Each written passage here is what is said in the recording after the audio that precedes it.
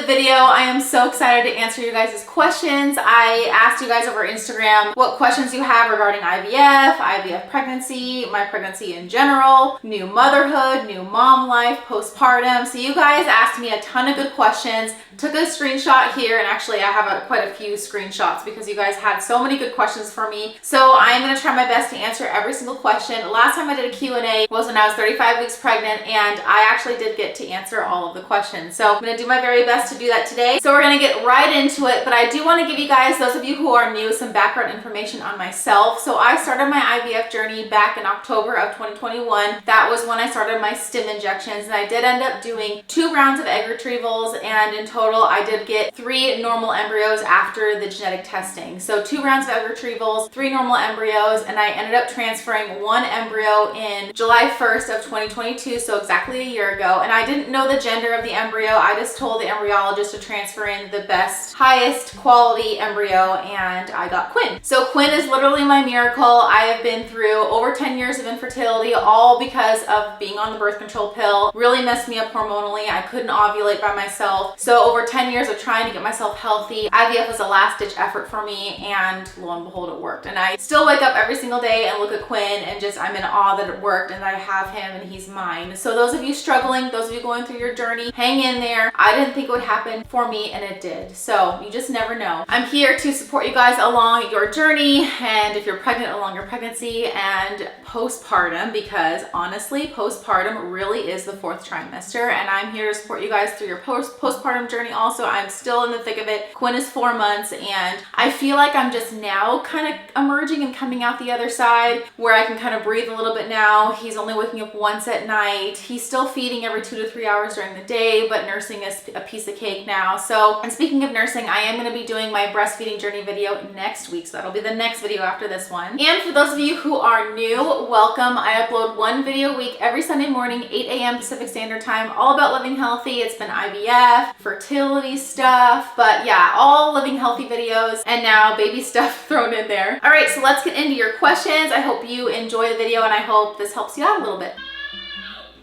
Okay, hang on. Okay, I put his pacifier back in. We'll see how many questions I can get through before he wakes up. Like I was saying, these questions aren't going to be in any particular order. We're just going to go down the line, and I'm going to answer all of them. So here we go. Transitioning from fertility doctor to OBGYN. Okay, so everybody's going to be different on this, but for me, it was really important for me to actually have an OBGYN versus a midwife. I wanted one private one, and I wanted one that specializes in high-risk pregnancies. And so the one that I chose actually has some connections with my fertility clinic already, and he's familiar with my fertility doctor. So he specializes in high-risk pregnancies. It is a male, so I was a little bit hesitant on having an OBGYN who's a male, but it didn't end up being a problem. I really liked him, and as you guys know, I was hospitalized for a week with preeclampsia, so I was actually very, very happy that I had this particular OBGYN because he was really thorough in my hospitalization. He checked on me multiple times a day. The nurses all really respected him, and he knew exactly what to do while I was in the hospital, so I got really good care under him. You know, but if you care about like having an all-natural birth or a home birth or something like that, then you might want to go the like midwife route. Maybe you have a doula and an OB, or you have a midwife and a doula, something along those lines. But I didn't really, my focus was having a safe birth, and although I wanted an all-natural birth, like I didn't want to be medicated or anything, I knew that I could have an unmedicated birth in the hospital, but I really wanted my birth to be in the hospital under supervision. I knew that my pregnancy was going to be high risk, and I just didn't want to chance anything, and that's why I chose my OBGYN. But you know, everybody is different. I don't think you can go wrong on who you choose as long as you have a provider. There's quite a few questions on embryo transfers, so I'm going to try to lump them all together. This one really isn't a question, but it's just a comment saying, please tell people even 4 to 5 retrieved eggs is good enough. Lots of women are upset with this result. So very true.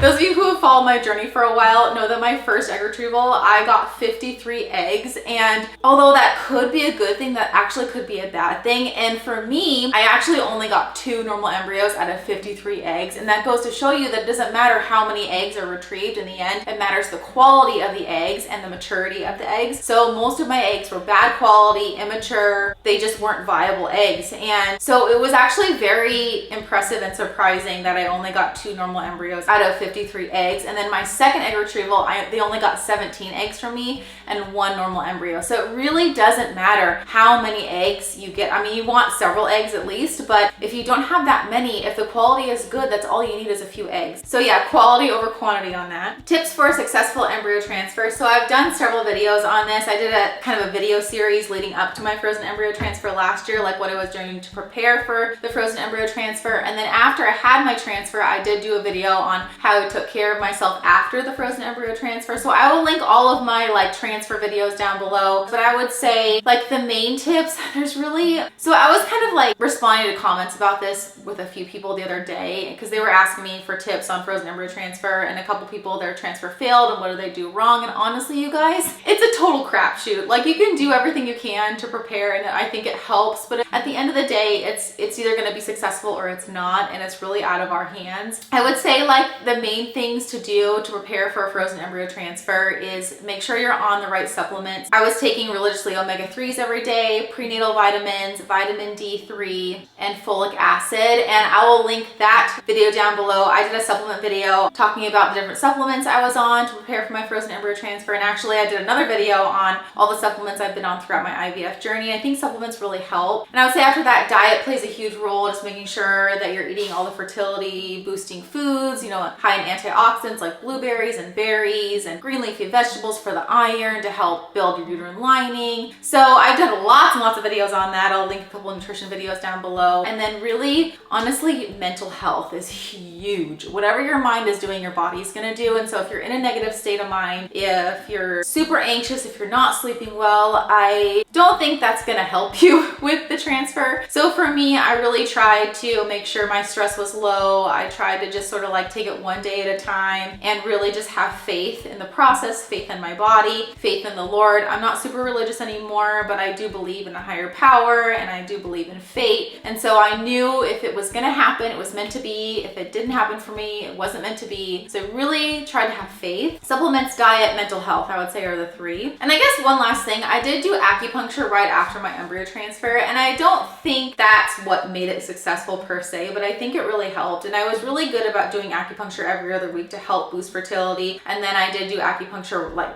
right after my transfer just to have those energy points locked down to help my body absorb the embryo. So highly recommend acupuncture if you have access to it. Do you recommend more than 1 embryo at a time for transfer? So I don't really know. I think it depends on your situation. I think it depends on your age. I think it depends on the policy of your fertility clinic. So my fertility clinic in particular really discourages more than 1 embryo transfer, because if more than 1 embryo takes, then you have multiple pregnancy, and that's a way higher risk pregnancy, multiples, than just a single. So my clinic doesn't do more than 1 embryo transfer unless something is going on. I think for me, in my situation, I only had 3 embryos to start, so I didn't want to transfer 2 in, and what if they both failed and then I only had 1 left? And I know with my age, last year I was 36, I'll be 37 in a few weeks. I know I have a few years time to like get pregnant again, so it's not like I'm in my 40s and I want 2 kids or something. I think if I was like 45, 42, somewhere in there, and I wanted 2 kids, maybe I would try to get twins. Yeah, so it depends on your situation, depends on how many embryos you have, your clinic's policy, you know, your state of health, all that stuff. Okay, PIO shots, or PIO, I don't know how people say it. PIO shots, so the progesterone and oil injections. I'm struggling and hurting so much. So I did a really detailed video on the tips that I found helpful to get through those injections successfully and to have less pain from them. I suffered horribly from those injections, but I did find some interventions that helped me have less pain. So I'll link that video down below. I tried to do a really thorough job in giving you guys tips and tricks on how to inject yourself, or if somebody else is injecting you, how to do it a little bit easier, how to have less pain from those injections. I would say the 2 main things that were game changers for me was there is a numbing cream. It's called Be Numb from my pharmacy that I get, but I believe there's lidocaine like numbing creams online. If you can find a cream that numbs the skin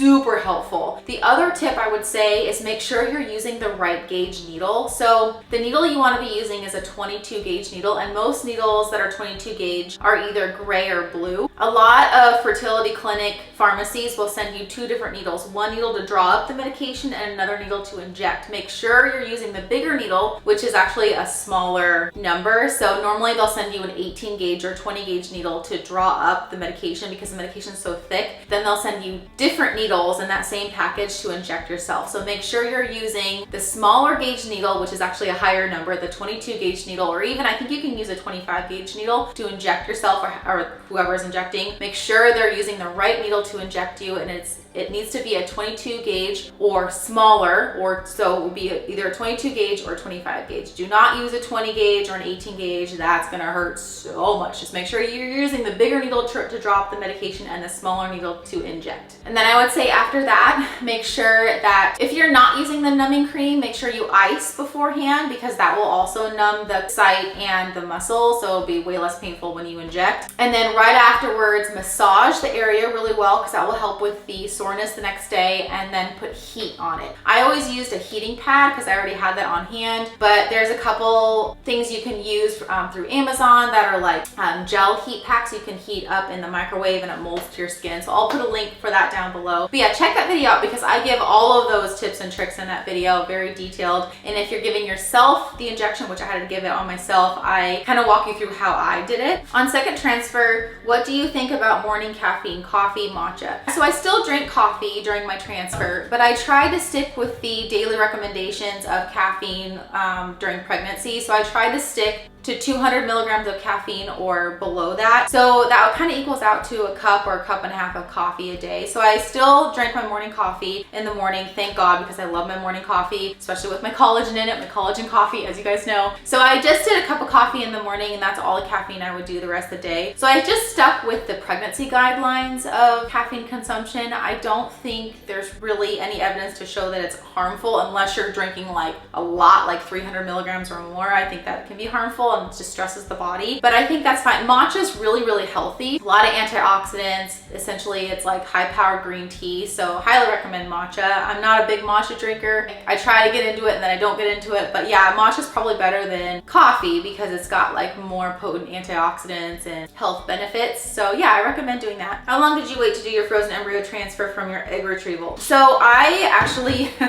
life circumstances got in the way. I did my last egg retrieval February of 2022, and then I did my transfer July 1st of 2022. So between February and July, I didn't do anything IVF related. I waited. And the reason, one big reason for that is because I quit my ICU job and got a OR job. And so I wanted to get used to that job. It was such a drastic change in my career from being an ICU nurse, bedside ICU nurse, to an OR nurse, outpatient. I was pretty overwhelmed, so I wanted to get used to that first, and I wanted to make sure I was at my job for at least 3 months before getting pregnant. So that was the main reason why I waited for my frozen embryo transfer. The other reason was I needed a break from IVF. Just my mental health was declining a little bit. I was feeling really stressed and overwhelmed, and we were still kind of in the thick of COVID, and I just needed a mental health break from trying to get pregnant, all the medications, all the injections, all the unknown, you know. Then I was just changing jobs. I was burnt out as a nurse. I just needed a break. And I think that's really important, to keep yourself in check and check in with yourself often during IVF. If you're burning out, it's okay to take a break. It really is okay. It's not going anywhere. Take a couple months break, and the long haul isn't gonna make any difference. It'll probably make a big difference actually on your success because you're giving yourself a break from it. And especially when you do the genetic testing on your embryos and they're frozen, they're not going anywhere either. The quality doesn't go down over time because they're frozen. So they're gonna be there for you when you're ready. So yeah, I waited like 4-ish months for my transfer, and I'm glad I gave myself that break, my mind that break, my body that break, because I really think it helped in the success. Can IVF transfer be done without taking estradiol or the estrogen tablets twice a day? I have triglyceride issues. I don't know the answer to that. For me, it was really necessary to be taking those estrogen pills, and I had to take them 3 times a day, and they started me on those, I think, 3 weeks before my transfer because I had to build up my uterine lining. My body was not going to build up the uterine lining itself. myself. As you guys know, I don't ovulate. I've never been able to do anything like that on my own, and so let alone have a natural period. I think everybody is going to be different on this. I've had quite a few friends going through IVF who didn't need those pills at all for their transfer. Their body just builds up their uterine lining on their own for their own natural cycles. I don't have regular natural cycles on my own, and so I needed those estrogen tablets to build up my uterine lining for a successful transfer. So it's gonna depend on how your body works, your cycles, your natural cycles. So you'll have to talk with your doctor and your clinic about that. Hopefully you don't need them, but yeah, I do know that there are some side effects to those estrogen pills. Luckily, I didn't have any of those side effects, and they did their job. They did what they needed to do, but yes, I needed them. How many FET rounds did you do? Headed towards our 5th cycle and feeling so drained. Oh my gosh, I'm so sorry. Yeah, 5 cycles is a lot. So I only did 1, as I mentioned. I was not expecting it to work. I had my transfer and I was fully expecting it to fail. So that 10-day waiting period for my pregnancy results, I had convinced myself that it didn't work. Plus I had no symptoms. I did a video on that too. I actually had no symptoms, no cramping, no nausea, no bleeding. I had literally no signs that I had a transfer and that I was pregnant. So I had convinced myself during that 10-day waiting period between my transfer and the pregnancy test that it had failed, I wasn't pregnant, and I was already like moving on in my mind like what my next plans were gonna be, like if I'm gonna do it again, when I'm gonna do it. Lo and behold, I did my HCG draw and my numbers, I think it was like 244 or something, like pretty high, and confirmed pregnancy. And then a couple days later they redrew it and it was over 1,000, and I was like, what? And so bottom line is I didn't believe it, and because I had like literally convinced myself I was never going to get pregnant. And so, and this is kind of a tangent, but I didn't believe my pregnancy for a really long time, as you guys know, and I didn't let myself enjoy the pregnancy until like the very end, and then I was induced early and then it was all over. I'm so sorry you're going through your 5th cycle. You know, always comment to me if you have any questions. I'm really hoping and praying that this one is the charm and that you get your miracle baby on this 5th cycle. I will answer this one because I've gotten quite a few DMs asking me if I'm gonna do another transfer, if I want a second baby. The answer is yes. I just don't know when. So I do have 2 embryos left, frozen. I actually just reached out to my clinic this morning because I want to know the quality of them. I can't remember the grade of them. I know that genetically they're normal and fine. I just don't know their quality. I don't know the gender of those 2 embryos either. Like I said, I didn't know the gender of Quinn when he was transferred to me. I just told him to transfer like the highest quality embryo, and then I found out the gender later in a gender reveal party, which was super fun. But I really want to try for a girl. But if those 2 embryos are unequal in quality, if one's higher quality than the other, then I don't want to know the genders. I just want them to transfer the highest quality embryo, and then I'll find out later, because I don't want to be like picking genders if like one is higher quality over the other. And also just to protect my mind, because you know, transfers are not guarantees. There's already too much to juggle in my mind as it is,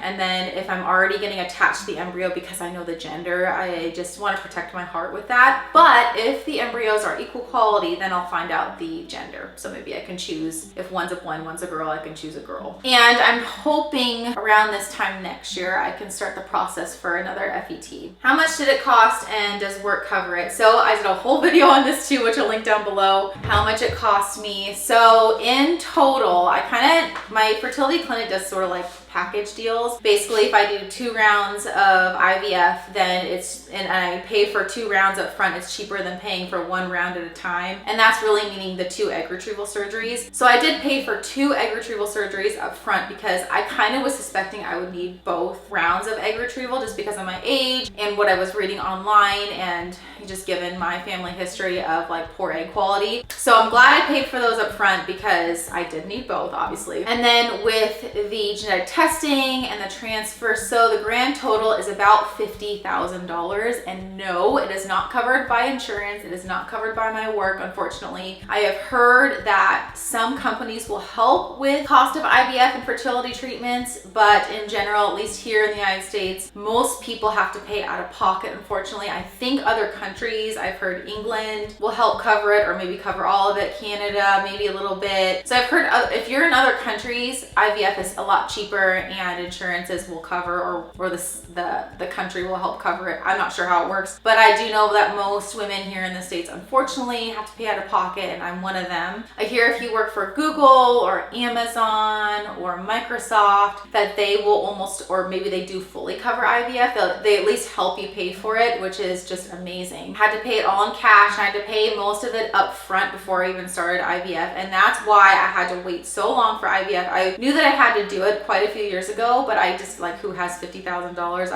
I did not. I don't still. But what we ended up doing is, you guys know we're property managers. We bought a fourplex back in 2019 pre-COVID, renovated it fully, 1 unit at a time, and now we cash flow on that building. Basically, we did a cash out refinance, and we used that money that we got from the building to pay for IVF, and that was our master plan behind doing our fourplex and renovating that, and luckily it did work out for us. But I know a lot of people, if you don't have the cash and have to come up with cash, you know, they get a loan from their family member, or you get a loan from a bank, or, I mean, if you own a house, you can do a cash out refinance like we did, or HELOC. So I explained all those details in a video I did last year on how we paid for IVF and how you can potentially pay for IVF if insurance doesn't cover it. So link that video down below. Make sure you check that out if you're struggling to figure out how to pay for IVF. PIO injection hacks, exclamation mark. I just started mine 4 days ago, and they are rough. Yes, they are rough. So again, check out that video down below that I'll link, and hopefully that video helps you get through those injections. I am so sorry. And by the way, I had to start my injections 6 days before my transfer, and I had to do them every single night for 13 weeks. And I've mentioned this before, I almost didn't go through the transfer because I was so scared of those shots. So if I can do it, you can do it for sure. It does get a little bit easier, and I can tell you, your body does get used to it after a couple of weeks. It does take a couple of weeks for your butt muscle to get used to those injections, but it does get easier and your body does get used to it. So by the end of the 13 weeks, it was never a breeze, but it was a lot easier. What exercises do you recommend for before transfer / after? Is walking good? Thanks. Yes, walking is probably the best form of exercise you can do for yourself and your mind during your transfer. So I stopped working out right before my transfer, had my transfer, and then I didn't work out for those 10 days during the waiting period because I wanted to give my body a chance to like rest and relax, and I didn't want to tax my body in any way. I did do a ton of walking because, as you guys know, I have Yuma, who is now 2. I can't believe he's 2 now. He's my Vishla, and back last year he was still a puppy and he had to go on really long walks. So I still walked him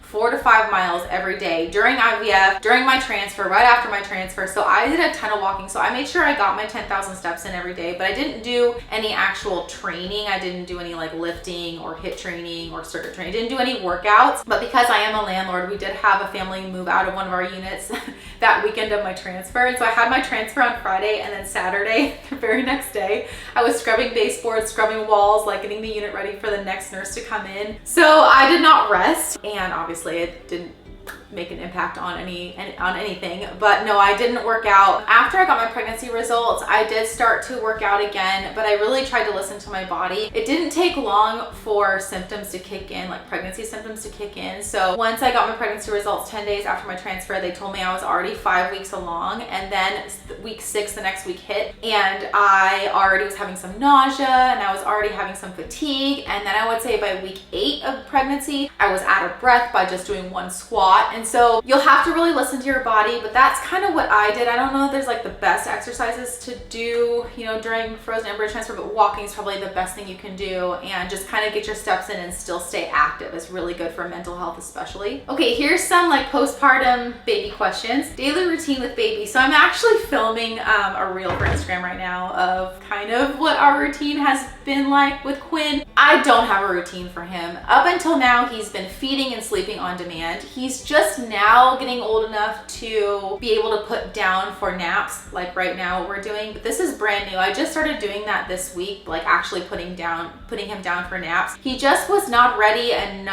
he wasn't able to like self-soothe enough to be put down for naps. So if he was getting tired in the swing, he fell asleep, I would just leave him there for a cat nap, but he would like just sleep wherever and then eat on demand. But now I'm trying to kind of put him on a nap schedule and sort of a feeding schedule, but he's still pretty young. It's hit and miss still, but but I am filming a reel for Instagram right now on like kind of what our day looks like, because I'm so busy and I wear so many hats. You know, I'm a nurse and I'm a landlord and we're renovating this house and my husband is doing a bunch of projects that I help him with. And then of course I'm a YouTuber and then I'm heavily involved with Instagram. It's like I do a lot of things, and so I just kind of fit Quinn into all of it. It's very challenging, but luckily I feel like he's kind of used to it already. You know, if he's crying, I don't rush to him right away. I let him cry a little bit. I finish what I'm doing and then I go to him. I don't know if that's being a bad mom, but I think it's teaching him to be patient already. So yeah, you can look out for that reel on Instagram. How to find a daycare is the next question. We are working on that currently. We kind of freaked out a little bit today because Josh goes back to work second week of August and we are now fully into July and we can't get him into any daycares. We've had his name on a daycare list on 3 different daycares since I was pregnant, and we have not heard from those daycares. So we've been reaching out to other daycares and they're fully impacted and fully booked up, and there's waiting lists on all the daycares that we've found. So now I'm looking into trying to get a nanny. There's a Facebook group that I joined that I guess there's some nannies I can find through the Facebook group. There's an app I'm hearing I can find a nanny through an app, but I have trust issues, you guys. I don't want just any stranger watching my baby. And I've never had really trust issues before. I'm a people lover. Like I give people the benefit of the doubt all the time, but when it comes to my baby, oh my gosh, this is new territory for me. I don't trust anybody. And we don't have any family up here, so we can't rely on family. So we are currently working on that now. But what I do recommend, because I'm hearing that daycares are really highly impacted across the nation, there's not enough daycares, that if you are pregnant, get your baby's name, or just your last name if you don't have a baby's name picked out, get your baby's name on the wait list on multiple different daycares while you're pregnant, because it is not a guarantee that you're ever going to get into a daycare. So you need the maximum amount of time to get yourself on that wait list. How to pick a doula. I didn't have a doula, so I really can't answer this question, but I did find one through a friend. So I was talking to a bunch of coworkers about like my birth plan. Well, I didn't really have a plan person. I had an idea of what I wanted my birth plan to be, but I knew that it was all up in the air, and so I had an open mind going into labor, thank God, because who would have guessed I would have been hospitalized for preeclampsia for a week and then be induced. I did find a doula though through a friend, because she highly recommended her doula, and she highly recommended having a doula, which I will try to have a doula next time around because I think that would have been really helpful. But honestly, for the doula thing, it's probably just word of mouth. Like if you have friends who've used a doula, reach out to them, just kind of ask around, because I don't know how you would research finding a doula. I know that at least I have really good insurance through my husband because he works for the county. Even my insurance didn't cover having a doula, so I would have to pay at least $2,000 out of pocket to have one, which was another reason why I didn't have one. I just couldn't afford it. So I'm not sure that there's a certification you can look up for doulas either, whether they're certified or not. I don't know much about doulas. I think your best bet is just kind of ask around and see, you know, who's used doulas and see if anybody recommends one is what I would do. How do you manage to take out time for a workout? I'm laughing because this is a struggle, okay? This is a huge struggle. So you guys, I try to like be on my Instagram story when I work out and show you guys that it is a struggle to get a workout in. My workouts are really short. They're 12 to 15 minutes, and normally they're just a quick circuit or a quick high intensity interval training, because you're in and out, get the job done, get a sweat on, get a heart pump, and you're done. I really miss my bodybuilding days where I can go to the gym and be in the gym for like an hour. I really miss those training sessions. I cannot do that with a baby right now. Once he's down for a nap, or once he's asleep in his swing, or maybe I know that when he's calm, I'll put him in his swing and I'll roll out an exercise mat and just go for it. I barely warm up because I know that he's gonna get fussy after I put him down after probably like 15-20 minutes. So wherever you can fit in a little workout, just do that. It's better than nothing, and it's going to help your mental health more than anything else. But that is a struggle, and so if you can just stick with like short workouts that are intense, 15-20 minutes at the most, you'll get a workout in that is effective. And then if you can fit in like some stretching afterwards, even better. So that's what I recommend whenever your baby, I think the person who asked me this question has twins, whenever your babies are calm / asleep, go for it. Roll out your exercise mat, go for 15-20 minutes, whatever if you want a yoga session, HIIT session, but don't expect longer than like a half an hour, because then you're setting yourself up to fail, especially when they're this little. When my 4-monther, when they're this little, they're not really on a schedule yet. I don't know how else you would do that unless you have like a full-time nanny or like some sort of family member that can watch them for a couple hours while you go to the gym, well, that's a luxury. I wish I had that, but I don't have any extra help. It's just me, and my husband is now at home, but he's still kind of working a little bit, and he's still renovating this house. He's still doing a lot of projects, and he's also a landlord with me. So most of the time I'm on my own during the day with Quinn. How long after baby do you feel you could go on walks? So pretty quickly. I mentioned this before. My healing process was really quite successful and quick. I'm so thankful. I only got 3 first-degree tears. And so like the actual healing down there from those tears, really after 2 weeks, I felt pretty good. I felt some pressure still, but I remember going on walks with Quinn when he was like really little, when he was 2 weeks old in the front pack, and I went on my first walk, and it was just like a couple blocks down the street and back, but enough to like get some fresh air and just like get out in the world a little bit. It felt so good. So after 2 weeks, I started going on walks, but it really is going to depend on like how you're healing and how you're feeling. I do remember going on that first walk and feeling quite winded and quite weak. Even though I felt okay down there, I felt so drained and so weak, and I was sleep deprived, but just I lost so much stamina and muscle tone from being in the hospital for so long, and then going through that traumatic labor with Pitocin and long labor. And my body was kind of still in shock even after 2 weeks, and so even though I wasn't hurting on the walk, I felt so drained, but it did feel really good. So moving when expecting / with a new baby, unexpectedly moving at 36 weeks. Ugh, I am so sorry. Okay, yeah. You guys know I moved with Quinn and he was 3 months old, and that was a challenge. I'm hoping that you can move now while you're still pregnant. Even though you're huge and uncomfortable and swollen and have no energy, at least you don't have the baby like out of you and you have to take care of the baby. That was the problem with having Quinn and moving, was I had this baby who needed me all the time, and I also needed to move and pack, and it was such a challenge. And then breastfeeding every 2 hours, and then still waking up at night 3 times, and oh my gosh, it was a lot moving with a baby. So I think if you can move while you're pregnant, I think that's actually better, because you can kind of pace yourself. You know, everybody knows you're pregnant, so they'll hopefully be helping you and doing things for you, but your life is going to be so much more complicated moving with a baby than moving pregnant, if that makes sense. Now, if you do have to move and you have a newborns sleep a lot. So that's what'll be on your side. So with Quinn being 3 months, he wasn't sleeping that much anyway. He would do some cat naps, you know, here and there, but newborns sleep like 16 to 18 hours a day. So basically after every 2 hours of feeding your baby, they'll fall asleep, and they'll sleep for like 2 hours at a time, so you can get stuff done during the time that your newborn sleeps. So that's going for you, but you'll still have to take care of this newborn. They still need you all the time. You're healing from the labor and delivery, so I'm just hoping that you can move while pregnant. Breastfeeding tips and tricks, how you produce milk and started breastfeeding. So I'm going to cover all this next week. I'm going to do 2 videos on my breastfeeding journey. The first video is going to be my journey, what that's looked like, and the second video is going to be some tips that I picked up on breastfeeding and how to increase your milk supply, and my pumping schedule, and how I'm pumping at work, and how I'm storing my breast milk. So I can't do all of that in one video. It's gonna be too long of a video. So wait till next week, because I'm gonna give all those details. But I will say, gosh, breastfeeding tips, I have quite a few. I think first and foremost, once you have your baby, make sure that you have a lactation nurse, or you can go see a lactation nurse right after baby's born, because they are so helpful. I would not have been able to breastfeed without my lactation nurse's help. So I saw a lactation nurse right before discharge, and she was really helpful. And then I reached out to a different like lactation company that my insurance covers. So that lactation nurse from that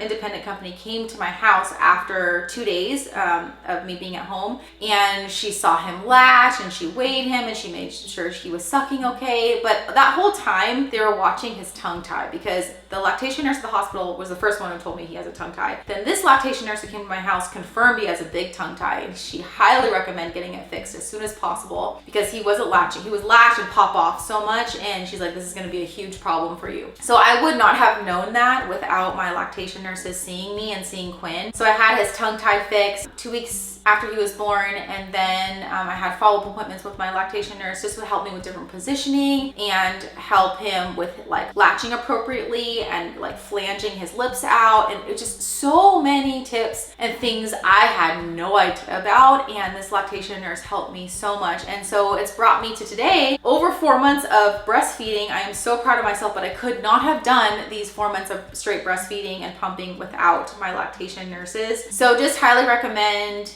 making sure you have that lactation support like before you have your baby. And then once you have your baby, make sure that you have maybe a lactation nurse you can follow up with at least a couple times after birth. And then just tips on producing milk. So I'm gonna go over all that in the video next week, but I will say the more you pump and the more you nurse, the more milk your body knows to produce. So for instance, if say I'm out and about and Josh is taking care of Quinn for me and he wants to feed Quinn a bottle and I'm not there to nurse him, I make sure that when I get home, I pump an extra time because I want my body to know that don't stop producing milk. Like even though we skipped a feeding, like don't go down in your production, like keep producing milk, because the more milk you demand of your body, the more it's going to produce. So I really am strict about like if Josh feeds him a bottle, I need to pump. And then at work now, I try to pump every at the most 3.5 hours, but I pump every 3 hours to make sure I keep that going. I signal in my body that no, like this is not a vacation. You got to keep producing milk even though I'm not with Quinn at the moment. So if you're low on your milk supply, highly recommend just adding extra pump sessions in. Even if you're not getting anything through pumping, at least it's signaling your body to, oh, like it's the suctioning is signaling your body to make more milk. What was your beta levels when they checked them after the transfer, first, second, and third? So I only had HCG blood draws done twice. The first time was 10 days after my transfer, and then the second time I think was 2 or 3 days after the first one. So my HCG level initially was 244 right out 10 days after the transfer, and then 2 or 3 days later, I want to say my first HCG draw was Monday, and then my second HCG draw was Thursday. So like 3 days later, it was over 1,000. The second one, I can't remember the exact number, but well over 1,000, and so they were very happy with that. Okay, it looks like that's all the questions. I hope that I answered your question thoroughly enough and that was helpful. I did want to mention real quick, if you guys watched my last video, which was us flying with Quinn for the first time, I did mention First Phorm, who I'm now sponsored by. I mentioned that they only have whey protein bars. They don't have any vegan protein bars, and they actually do. I was totally mistaken, and they actually have several kinds of vegan protein bars. So I'll put links down below, and I'm so excited. I haven't tried them yet, but I'm so excited to try them. I just ordered them today, and they actually have a vegan power protein bar, which is like a whole food bar. So it has like green powders in it and fruit and like a lot of healthy stuff in it. And then they have like a regular vegan protein bar. They look delicious and very healthy. So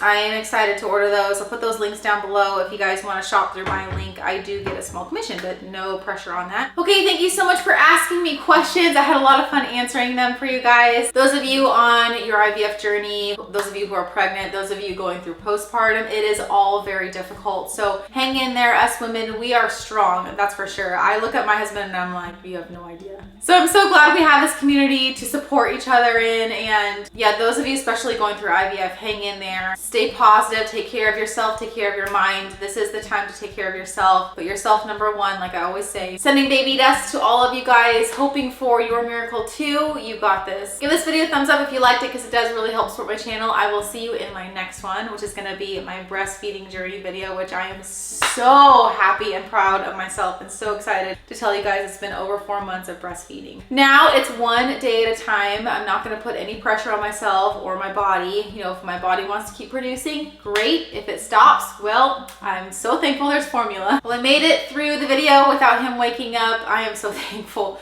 But it's been almost 2 hours, so I'm gonna go wake little man up. Hope you guys have a great rest of your week, rest of your day, whenever you're watching this video, and I will see you in the next one. And always remember to be kind to yourself.